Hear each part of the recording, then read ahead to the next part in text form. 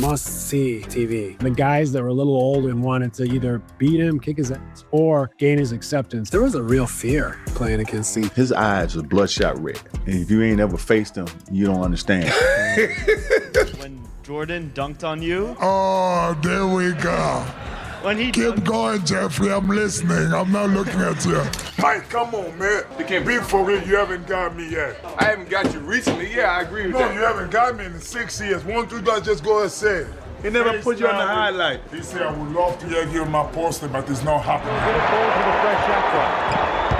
MJ. Oh, he did it! Oh, Michael shakes the finger, but he finally got his dunk on Mount Matumbo. No. Never. He said, I'll get you one day. When he dunked on you, were you more mad they dunked on you or they stole your celebration? I was too far away when I was coming in. I have to go underneath the basket to try to reach, and I was just late. I tell Michael, okay, you can celebrate, you got one, but it took Michael 7 years to get one dunk. Oh, there we go. Let it know. Boom. I'm in the Hall of Fame just from blocking shots. So give me some credit. You know, I'm not going to sit here cry because somebody was lucky enough to get one dunk. But how many of those blocks I got on Michael? I always remind Michael that he didn't dunk on me like he did on Patrick. Jordan trying to shake off Starks. Oh, what a move by Jordan. It counts. And the foul. For the fact that they took him more than 7 years and a half to get one dunk, that's legit, man. You can ask Michael that why it took you 7 years to pop one on Mutombo. To me, that's the poster, that's the play that people remember. In '93 Eastern Conference Finals, did it feel like, hey, look, I'm John Starks. I've arrived. It doesn't matter who's on the other side playing against me. B.J. Armstrong, he was guarding me most of the night. When I took off, I think it was like one dribble, two dribble. All I saw was Horace Grant. I was like, dude, you got to go in strong. And the energy that was flowing through me propelled me to jump higher than I ever jumped. And when I went up, most right-handers like going this way, but cause one leg is longer than the other, I jump better going that way. So it's like, it was a perfect setup for me. And when I jumped and I went up, I seen Horace, I was like, oh, you done. Starks. Yes!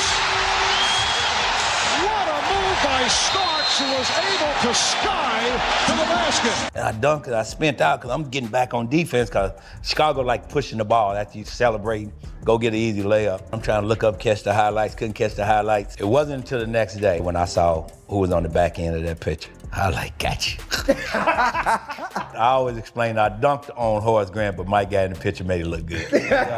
So he tried to go over it, but he got a little bit of it. Every single day since that day, I can honestly say somebody asked me about that play. Really? 22 years? 22 years. Every single day, I don't know, no matter where I'm at, I could be on vacation in the island somewhere, somebody asked me about that play. First month of my rookie season, we played the Bulls twice, home and away. And I'm on the bus after the game, and Chucky Brown gets on the bus with Jordan's shoes. And I'm like, are those MJ's shoes? He's like, yeah. I'm like, how'd you get those? He's like, I asked him for them. And I was like, you can do that? And so 2 weeks later, they come to Phoenix and we play. I got switched on to him. You know, he backed me down in the post, did his little shake and hit a fadeaway on me. We go down the other end, someone gets fouled shooting a free throw. So I'm standing there as the point guard behind the shooter, and he comes over to me and he says, you were at a slight disadvantage. And MJ just scored on me. He's letting me have it in a fun way. This is unbelievable. And all I could think of was Chucky Brown got his shoes. So he tells me you were at a slight disadvantage. And I turn, I go, can I have your shoes after the game? I remember my vet, Rex Chapman, was so pissed at me that I got to ask for his shoes and got his shoes. The guys that were a little older that had played against him and feared him and respected him, but also begrudged him and wanted to either beat him, kick his ass, or gain his acceptance. He had just an awful game versus the Washington Bullets. And I think he missed like 18, 19 shots in a row. Jordan from the right corner. Holiday along with Phil Chenier. Jordan again working. Jordan free over Wingate. Trying to figure out if that was a pass or a shot. Jordan with a miss at Ellison. Hey, Jimmy, you know how it is. You missed 5 in a row. You like, man, I got to get to the free throw line. I got to take a good shot. I was so impressed with the 20th shot when he finally made a shot. Make it 50, I'm sorry. 15th shot on. Jordan begins the second. Because I remember what he said. He was like, okay, B, I'm good now. He made the 20th shot, and he was like, okay, I'm good now. Let's go. And I was like... Hey, like, what game is he watching? I would have changed something about my game. I would have changed something. But him, he's like, I'm good. And I remember after the game, he wasn't happy at all. Normally he's bubbly, he's playing cards, he's being MJ. But this night, he was just sitting in the back. So I thought, hey, let me just go check on this guy. I just said, hey, man, how you doing? You all right? You good? Just checking on you. He was in the back, everybody else doing what they do. And he was like, yeah, I'm good. And I remember he told me, he said, whatever that kid had in the first game, I'm going to have that in the first half. The confidence to say that, Jimmy, was like, man, I just watched you miss 19 shots in a row. And he wasn't talking it. He believed it. He believed in himself. That is what I give to this generation. Never lose confidence in yourself by the work you put in. When I was coaching in Washington, we played the Indiana Pacers, and we were down 25 at the end of the third quarter. And I took Michael out of the game. He had 8 points in the game, and he broke a streak of like 860-something games in double figures. All right, here is Michael Jordan with his first attempt. Michael putting the move on Bender, and then Haywood is Jordan. Rebounded by Bender. So I was sitting on the bus. I'll never forget this moment ever as a coach. This to me was greatness. He got on the bus and he said, scoot over. He looked at me and he said, do you think I can still play? And I said, absolutely. He said, you did the right thing tonight. I don't care about the points, but I needed to know that you believe in me. Fast forward, we get on the plane. He has a few cocktails, smokes a couple cigars, all the things you're not supposed to do. Yeah. We get back about 3:30 in the morning in Washington. At 7:30 that morning, he's down in the fitness room with Tim Grover, working out like you can't believe. Now, he's 41 years old. We play the New Jersey Nets the next night. Michael Jordan, of course, is coming off of a rather disappointing performance. In fact, he'd never scored under 10.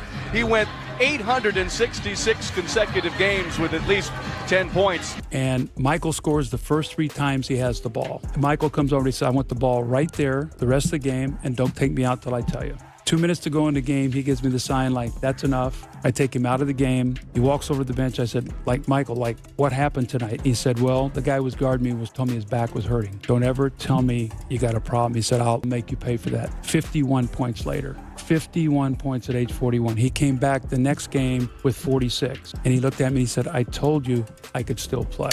During the finals, we go out to dinner one night. George Karl's over on the other side, having dinner. He sees you, and you don't come over and say hello. And George Karl does not come over and speak to him. He walked right past me. Now look at my, really? Oh, so that's how you're gonna play it. He just kind of went by, and I went, uh-oh, should have never done that. That's all I needed. That's all I needed for him to do that, and it became personal with me. He was making up stuff. He was saying that I said he was old, or he has a lousy golf swing, or he always loses money on the golf course. I mean, I never said any of that stuff. He made things up to motivate himself to reach a level of intensity that very few players ever got to. We didn't think we were ever going to stop Michael. Sure. We just want him to have an average game, above average game, and not one of those explosive games. Larry Bird and Magic saved the NBA. And I think Michael brought it to the biggest stage of all time. And, I've always thought he's the best. I'm a fan. It's so hard for a lot of players, especially in Mike's era, to give him his props. Why is it so easy for you to give him his props? And if you ain't ever faced him, you don't understand. Man, I played against some of the most hard-nosed, talented players that ever played this game. He was a phenomenon, and he had attitude to go with it. When you played against Mike, his eyes were bloodshot red. It was like he was possessed. I used to sit there and say, oh, I got to go work tonight. Jesus is coming. But I'm going to tell you when I knew how good he was. When we was in college, I was a junior, he was a freshman. We played in Carolina, and the first time James Worthy and I had a chance to play against one another since high school, and the game was back and forth. Worthy was having a hell of a game. I was having a hell of a game. In the last 2 minutes of the game, a young kid named Michael Jordan took over by himself. He's a young kid named Michael Jordan. I was like, who is this kid right here, man? If you haven't played against Mike, you have no clue. Mm-hmm. You have no clue how good he is. I probably have one of the worst stories, though. I remember when my dad was with the Knicks. He came to D.C., Jordan was with the Wizards. After the game, I'm like in the locker room, not thinking anything of it because I do this all the time. My dad's in the NBA. I see all these players all the time. And I had Jordan's jersey on. I was wearing Michael Jordan's jersey, even though my dad was in the other team. I know. I know. He's like, "You want to meet Michael?" I was like, "Yeah, I'll go walk down and meet Michael." Got to go see my dad in the locker room, went to the other locker room with one of their coaches, and I met Michael. He's like, "Oh, you want me to sign your jersey?" I said, "No, you messed it up." I was dead serious. I said, "Hey, yeah, my jersey, I want me to sign it." And I was like, "No, you'll mess it up."